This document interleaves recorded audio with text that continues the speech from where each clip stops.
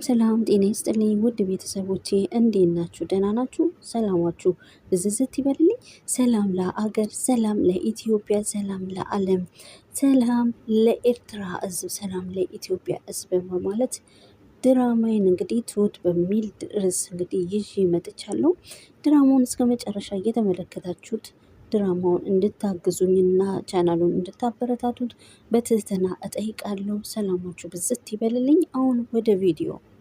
እድል እንግዲህ በህይወት እንዳለችና እንደሌለች ተደርጎ ለቤተሰቦቿ እድል እንደሞተች ተደርጎ ነበር የተነገራቸው። በዚህ ወቅት እንግዲህ እድል ይሄንን ነገር የተደረገው ነገር እንግዲህ ሰምታለች ማለት ነው። ማሚ ይሄንን ነገር ያደረገችው ያው እድልን ስለምትወዳትና ያው ከእሷ እንዳትለያት ስለፈለገች ይሄንን ነገር አድርጋለች ማለት ነው።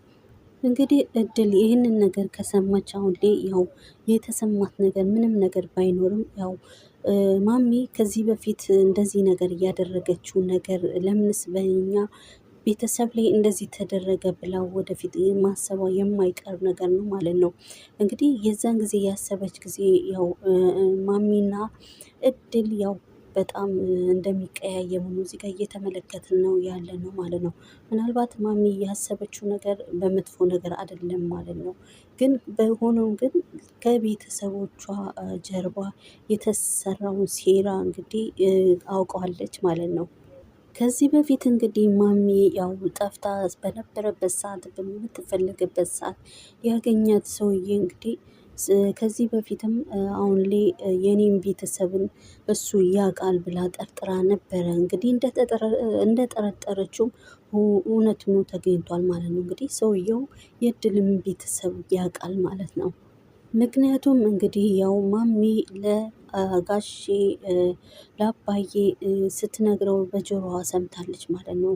እንግዲህ አሁን ወደፊት ያው እድል የምታስበው ነገር ቢኖር ማንንም ሰው ለማሰብ እንደሚከብዳት እና ማንኛውም ሰው ማሰብ እና ማንኛውን ሰው ማመን እንደሚገባት ነው እዚህ ጋር የሚታያት ማለት ነው። ምክንያቱም ከማሚ ጋር በጣም ብዙ ነገር ስላሳለፉ ብዙ ነገሮችም ስላደረጉ እንደ እናትና እንደ ልጅም ስለሚታዩ ይህንን ሁሉ ሚስጥር ከጀርባዋ ደብቃ እና ደግሞ ቤተሰቦቿ እንዳያውቋት ያደረገችውን ነገር እንግዲህ አሁን ላይ ያው ምናልባት ወደፊት የምናየው ይሆናል ማለት ነው።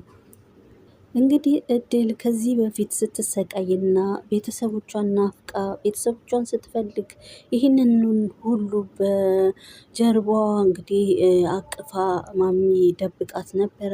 እንግዲህ ይህንን መደበቋ ደግሞ በጣም የሚያሳዝን ነገር ነው ማለት ነው። ማሚ የሰራችው ስህተት እንግዲህ ትልቅ የሆነ ስህተት ነው የሰራችው ማለት ነው። ምናልባትም ሆኖ እንግዲህ ያው እድልን የምታወጣበት መንገድ ይሆናል ማለት ነው። እኛ ያው የምናውቀው ነገር አይኖርም። ምናልባት ወደፊት ደግሞ የምናየው ይሆናል ማለት ነው። ማሚ በበኩላ እንግዲህ ያው የሰራችው ነገር ለእድል ያደረገችው ነገር አሁን ላይ እየተጠራጠረች ነው ያለችው። ምናልባት እድልን እንደማታገኛትና ከእሷ ጋር ደግሞ የመጨረሻቸው እንደሚሆኑ እየጠረጠረች ያለችው ማለት ነው።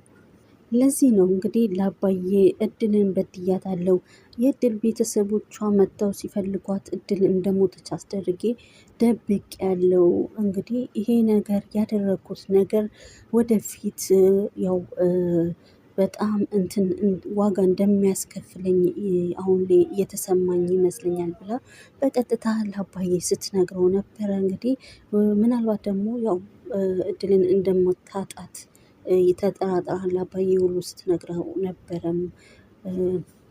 ምክንያቱም እሷ የሰራችው ነገር ያው እድልን አለማጣት ስለፈለገች እንደዚህ አይነት ሴራዎችን ያደረገችበት ሴራ እንግዲህ አሁን ላይ ዋጋ ሊያስከፍላት ያለበት ወቅት ነው ማለት ነው። አሁን ላይ ትሁት እንግዲህ ከአባቷ ጋር ፍጥጫ ውስጥ ገብታለች ማለት ነው፣ አሁን ድረስ ማለት ነው። ምክንያቱም አባትየው ያው እኔ ያልኩሽንና እኔ ያመጣሁትን ሰው የምታገቢው ከእኔ ውጪ ካገባሽ እንተያያለን በማለት የዛቱባት ነበረ ማለት ነው። እሷ ደግሞ በፍጹም አንተ የምታመጣልኝን ባል በፍጹም አላገባም፣ የማገባው ተመስገንን ነው እያለቻቸው ነው እየተጋፈጠች ያለችው ማለት ነው። ሆኖም እንግዲህ አባትየው ያው ተመስገን ሽማግሌ እንደሚልክ ያውቃሉ ማለት ነው። እንግዲህ እሷም ስትናገራቸው ይላኩ፣ እኔ ግን ማንን እንደምታገቢና ማንን እንደምትመርጪ እኔ እንደምመርጥ የዛ ጊዜ አሳይሻለሁ ብለው እየተናገሯት ነበረ። እርግጥም ሆነ ግን እሳቸው የሚመርጡት ሰውዬ እንግዲህ ያው ደጀኔን ይሆናል ማለት ነው። ምክንያቱም ከዚህ በፊት እሱን ነው የምታገቢው በማለት እንግዲህ ሲወተውቷት ነበረ ማለት ነው። ትሁቴ አሁን ላይ እንግዲህ ሽማግሌ ይላክ በተባለው ነገር እንግዲህ የአባቷን ምርጫ ምንም ነገር ሳታቅ እንግዲህ ሽማግሌ ስለተባለ ብቻ ደስታዋን እየገለጸች ነው ያለችው ማለት ነው። ተመስገን በበኩሉ የሰማው ነገር ትንሽ ቢያስደነግጠውም እንግዲህ ከእኔ ውጪ ማንም ትሁትን ሊያገባት አይችልም እያለ እየፎከረ ነው ያለው ማለት ነው። እንግዲህ በገጠር ውስጥ ያው ተመስገን የሚታወቀው አስፈሪና በጣም ኃይለኛ ማንንም የማይሰማ ሰው እንደሆነ ነው በአካባቢው የሚታወቀው። ምናልባት እንግዲህ የመጣው ሰውዬ ሊያገባት ያለው ሰውዬ እንግዲህ የተመስገንን ከጀርባው ያለውን ነገር ከሰማ አሁን በህይወቴ ላይ የሆነ ነገር ይፈጠራል ብሎ እንግዲህ ትሁትን ለማግባት ሊያቆም ይችላል ማለት ነው። ሆኖም ግን ያው የመጣው አባትየው ያመጣውን ሰውዬ እንግዲህ ትሁት እንዲያገባት አንተ ጀግና መሆን አለብን፣ የሚመጣውበትን ነገር እንግዲህ መዋጣት ይኖርብሃል፣ ጀግናና እንደ ወንድ መሆንና መከታ ሆነክ ነገሮች የሚመጡትን ጠንካራ ሆነክ መጠንከር ይኖርብሃል እያሉ ነው አስቀድሞ እየነገሩት ያሉት ማለት ነው። ያው በተደጋጋሚ ነው ያሉት የትሁት አባት አንተ የሚመጣብን ነገር እንግዲህ ጠንክረ ነገሮችን መጋፈጥ ይኖርባል እያሉ እየደጋገሙ ነው ያሉት። ትሁት በበኩሏ እንግዲህ አንተን በፍጹም አላገባም፣ አንተን ከማገባ ቁሜ ብቀር ይሻላል በማለት በምትለው ሰዓት እንግዲህ ደጀኔ ያው በመናደድ ሊመታት እንኳን በጣም ነው የፈለገው። ያው አልቻለም እንጂ መቷት እንግዲህ ይሄንን ነገር ለምን እንዲህ ትለኛለች ብሎ መምታት ነበረው በውስጡ እያሰበ የነበረው ማለት ነው።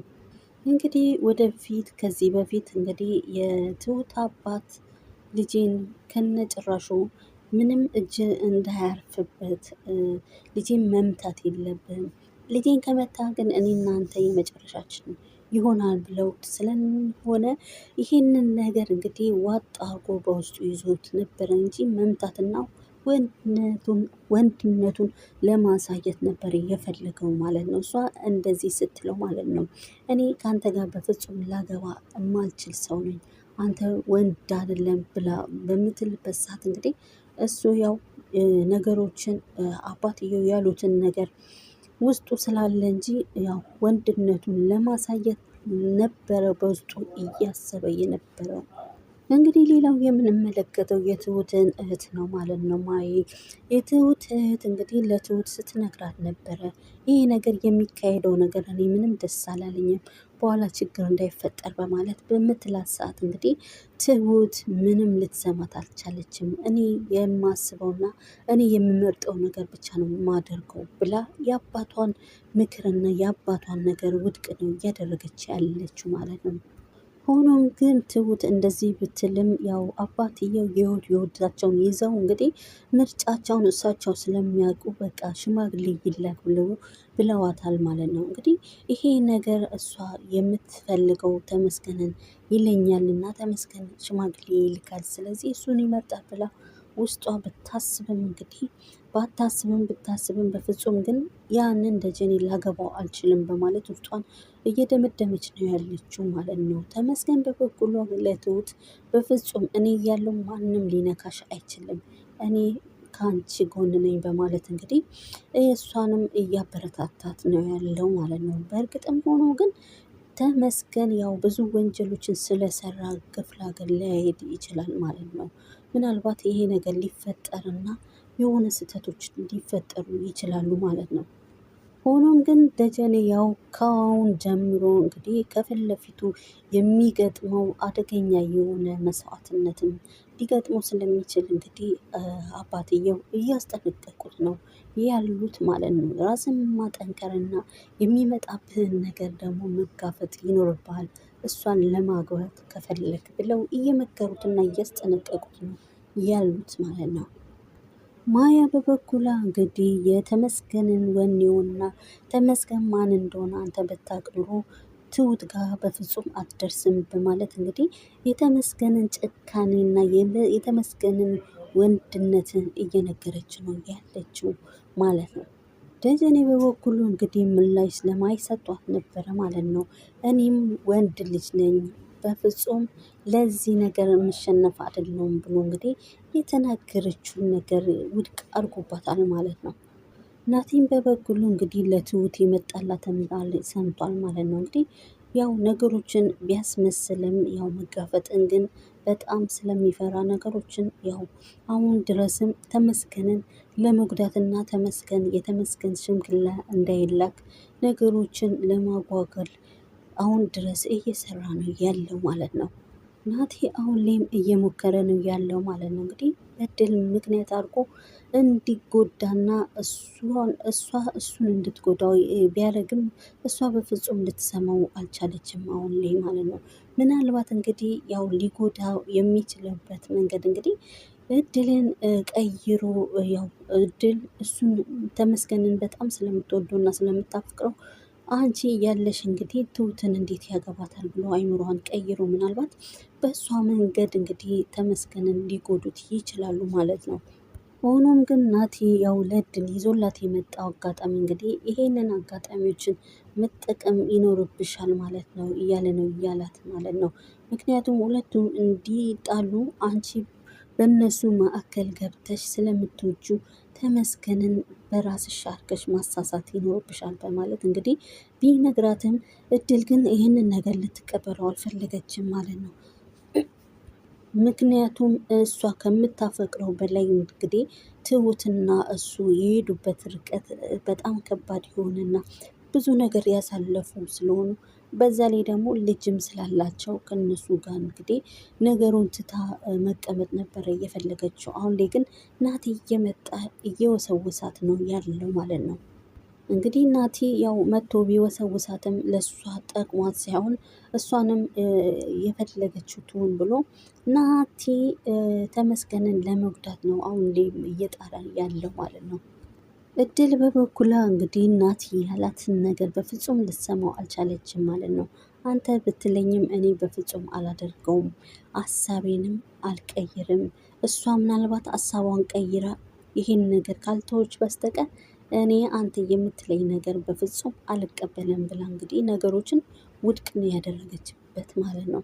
እንግዲህ ትሁት አሁን ላይ እያሰበች ያለችው ምናልባት እንግዲህ የተላከውን ሽማግሌ አባትየው ካልተቀበሏት መጥፋት ነው እየፈለገች ያለችው ማለት ነው። እንግዲህ እሷ ከጠፋች ያው አባትየው ታናሿ እህትየውን ማየዋል እሷ ላይ ነገራቸውን እሷን ሊያደርጉ ይችላሉ ማለት ነው። ምክንያቱም ማያና እሷ ምስጢረኛዎች ስለሆኑ እንግዲህ ይሄንን ነገር አብረው ተመካክረው እሷን መክራት ወይም ደግሞ ለዛ ይሆናል የወጣችሁ ብሎ አባትየው ማያ ላይ ነገሩን ሊያዞሩባት ይችላሉ ማለት ነው። ምናልባት ደግሞ ሆኖ ደግሞ ትሁት ከዛ ቤት ካልወጣች እንግዲህ ያው የመጣላትን ባል ግዴታ ልታገባው ትችላለች ማለት ነው።